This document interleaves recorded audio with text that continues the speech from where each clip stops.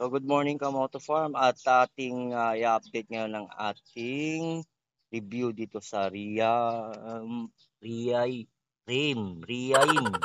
ko alam.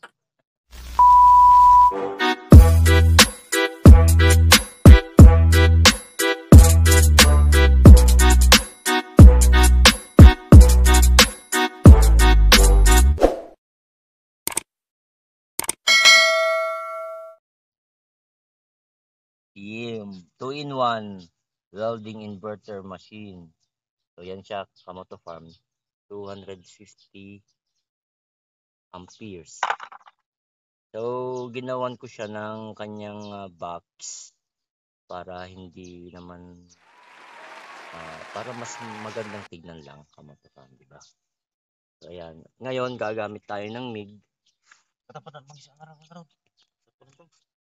para i-welding ang mga tornilyo.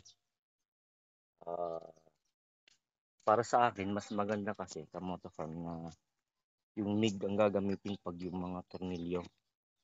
I-welding natin dito Kamoto Farm para malagyan siya ng lock. Kasi pag welding, yung kanyang flux, yung mga tumatalsik, pumupunta dito sa kanyang thread.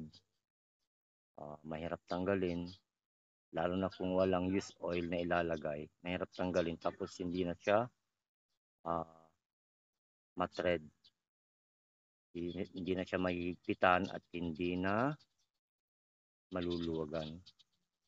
So ngayon, gagamit tayo ng MIG Kamoto Farm. Pero dito, sa mga yan, gumamit ako ng welding. So, set up natin Kamoto Farm yan.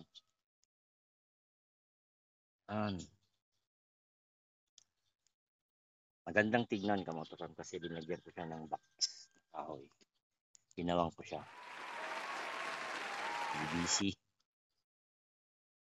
Cute. So, set up na natin Kamoto Farm. Nakalabas na yung kanyang MIG wire o flux core dito. So, ilalagay na natin itong kanyang cable.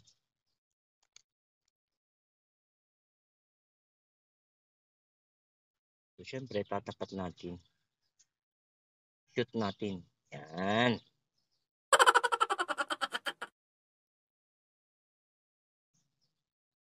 Ayun. Bago higpitan. Diba? Tapos, lagay natin itong kanyang wire kabila. Siya may gatla siya Kamoto Farm, parang sa mga solar panel, solar light. Tatapat lang natin siya Kamoto Farm. Yun, bago natin higpitan. Yan. Yan. Saksak na siya. Power on natin Kamoto.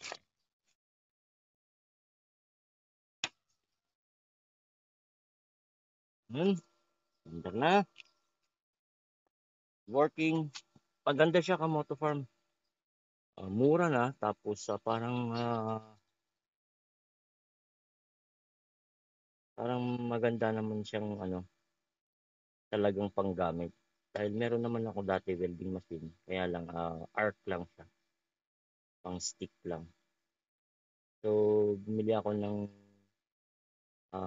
may MIG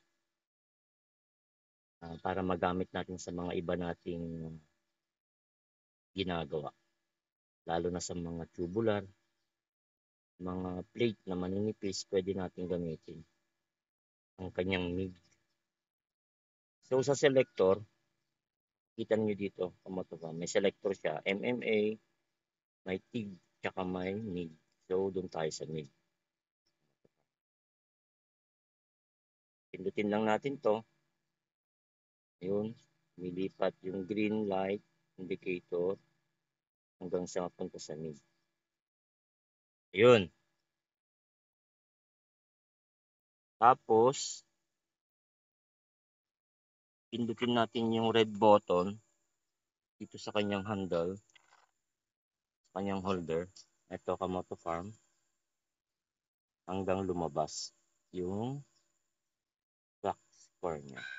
Ayun, tumutunog Kamoto Farm. Ibig sabihin, pumapasok na siya.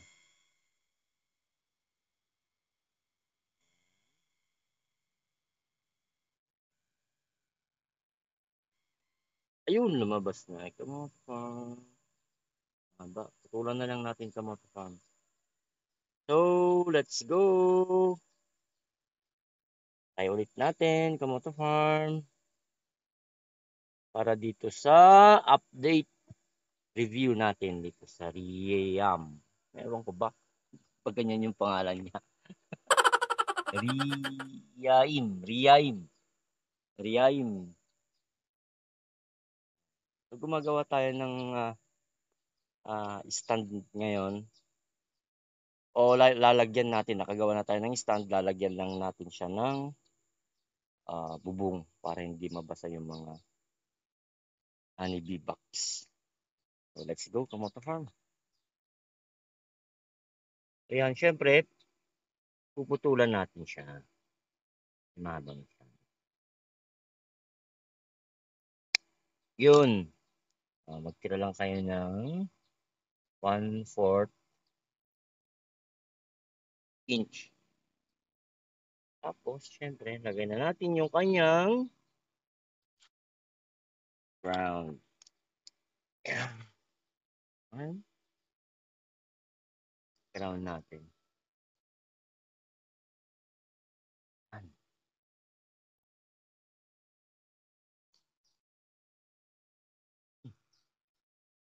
Ang cute ng box sa Motofarm, napaka-colorful, diba?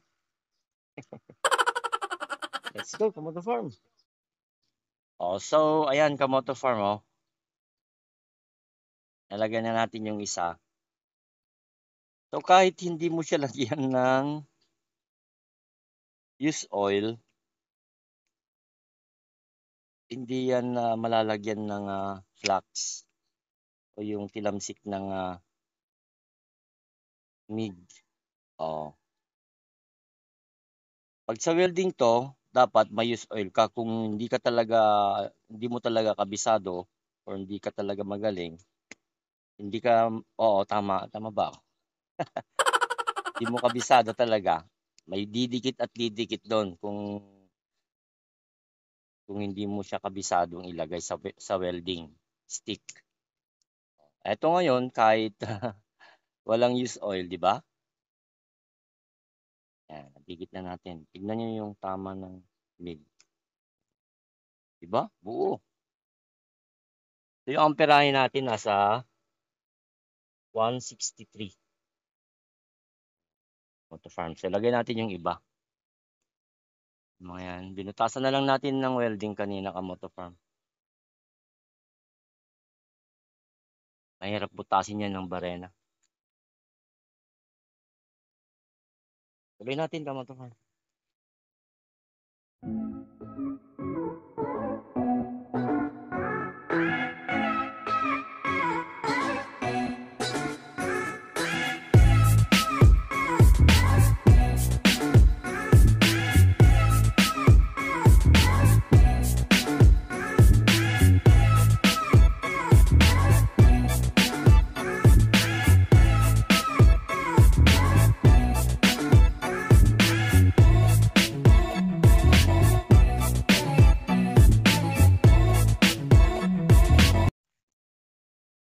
Kamoto Farm, mabibigay ako ng tip sa inyo kung kayo ay bumibili ng inverter welding machine na ganito, Riaim, ay hanggat maaari, wag na wag po kayong gagamit ng 1.0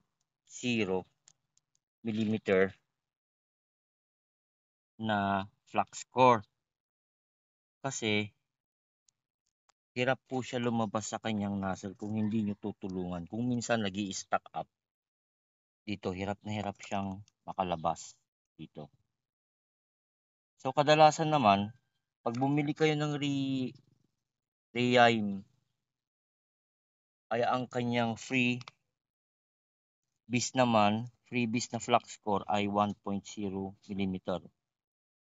Kadalasan, hindi lahat, kadalasan. Sa akin kasi, Kamoto Farm, ito yung binigay na freebies niya na flux core 1.0 mm. So, hirap siya makalabas dito sa nozzle. So, ngayon, bumili ako ng ibang flux core. Bumili ako ng 0.8. So, okay na siya.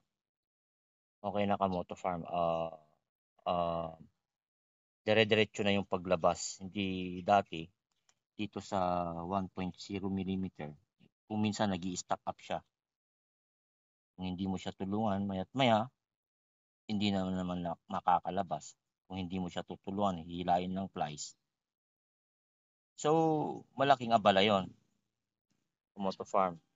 So, siguro yung standard na pinaka-nozzle niya, yung nasa loob, ay para lang talaga sa 0.8 mm o pababa. Hindi siya pwedeng lagyan ng 1.0 mm. So, yun yung tip ko sa inyo, Kamoto Farm, kung kayo ay bumili ng Reheim inverter welding machine. So, yun lang, Kamoto Farm. At itatry ulit natin sa welding, Kamoto Farm. Na. Go!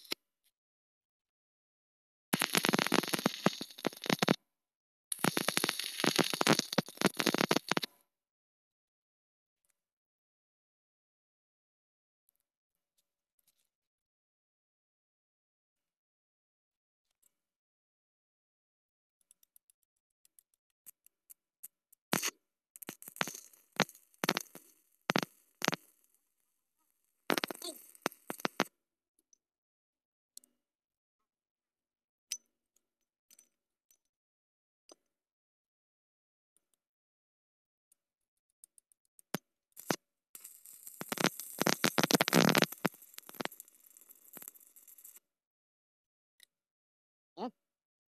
Maganda, Kamoto Farm, yung andar ng ating Reheim welding machine.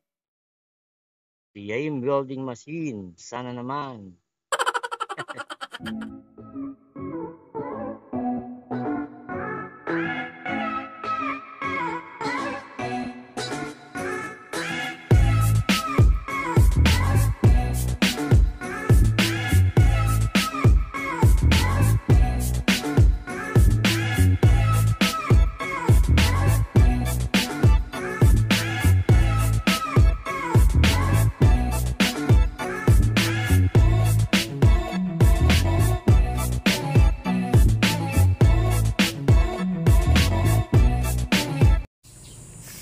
At yun, Kamoto Farm, yung updated review natin sa ating Reheim inverter welding machine. At sa mga bago pa lang po sa ating channel, please po, nakikiusap po ako, pakisubscribe po ang aking channel.